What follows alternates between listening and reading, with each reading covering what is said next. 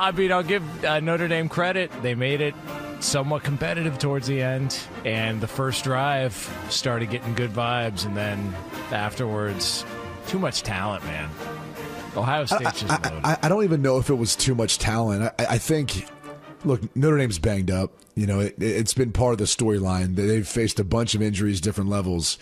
And I said this last week, I think, when we were talking before, you know, we had a new addition in our lives, but I was talking about the linebacker play.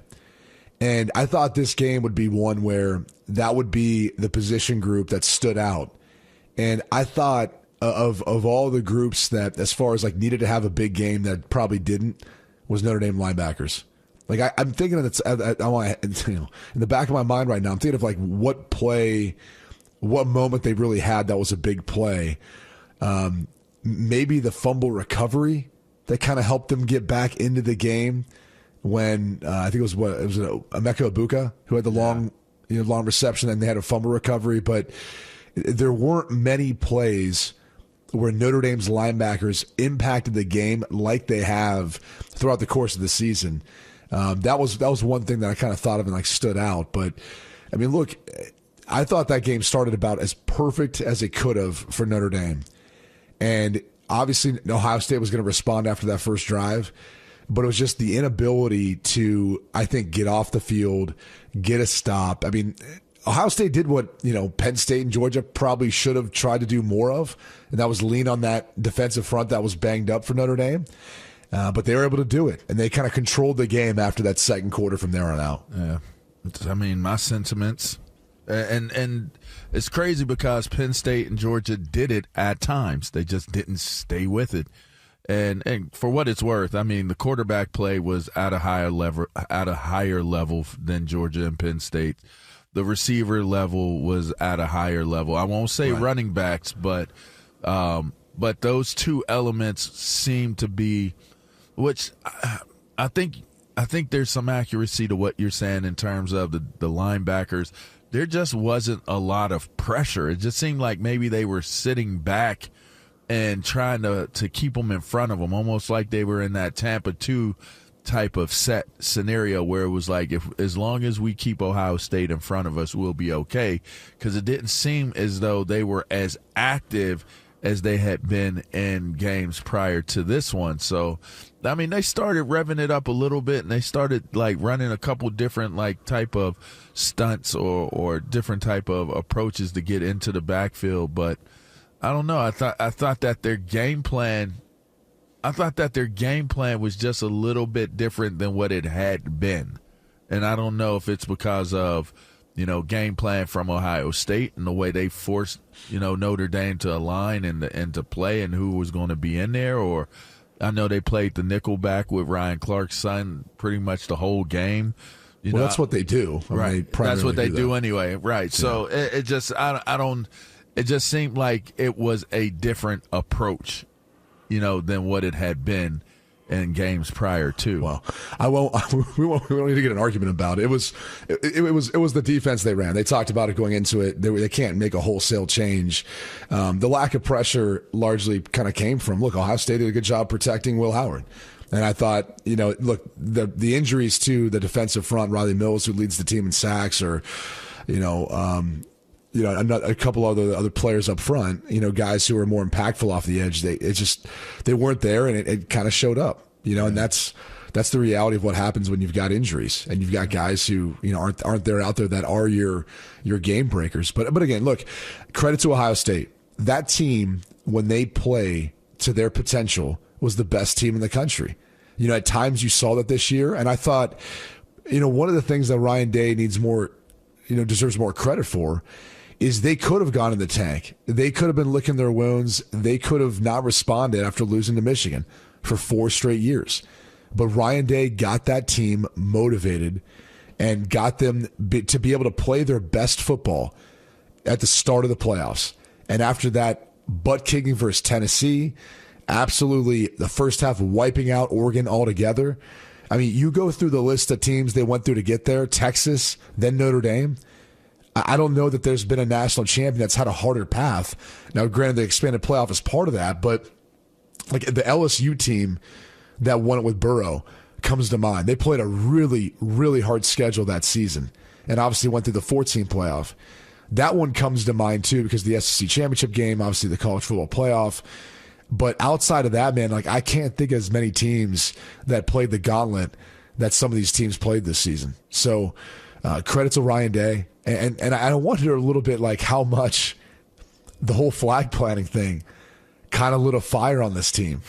And kind of, it sounds stupid to mention, but when you really think about it, like this is a team that didn't lay down. Like they were still ready to fight. They still had games left to play and fight for. And you could see elements of that. I mean, I was at that Ohio State-Tennessee game, and they were able to wipe away a loss to their biggest rival and the biggest rivalry in sports, in my opinion, and still be able to respond. So, credit to that team, credit to Ryan Day. You got to take your hat off and give him credit where credit's due. Here was Blackbeard himself, old Ryan Day. Who, there was some speculation whether or not it was Beijing or whether it was just for men. Car wax. Yeah, car wax. A little shoe polish. But here he was post-game. These guys, learned a bunch of life lessons, but they're going to go down in Ohio State history as some of, one of the greatest teams to ever play at Ohio State. After all the things that have been said throughout the year, these guys are going to be cemented as one of the best stories in Ohio State history and one of the best football teams ever. Only 9 teams have ever done it, and 3 in over 50 years. These guys right here.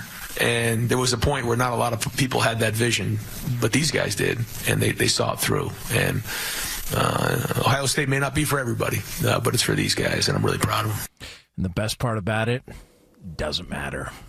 Why? Because you run into a Michigan fan, and they've owned you for 4 years. But they're the national champs. But Ohio State fans have been saying this for a long time. Well, the one that matters most is beating Michigan. Okay.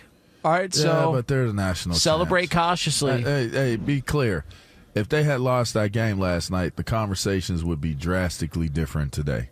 Like we can say hypothetically or maybe even realistically and factually, Michigan fans will do that. You didn't even make the playoffs, Michigan.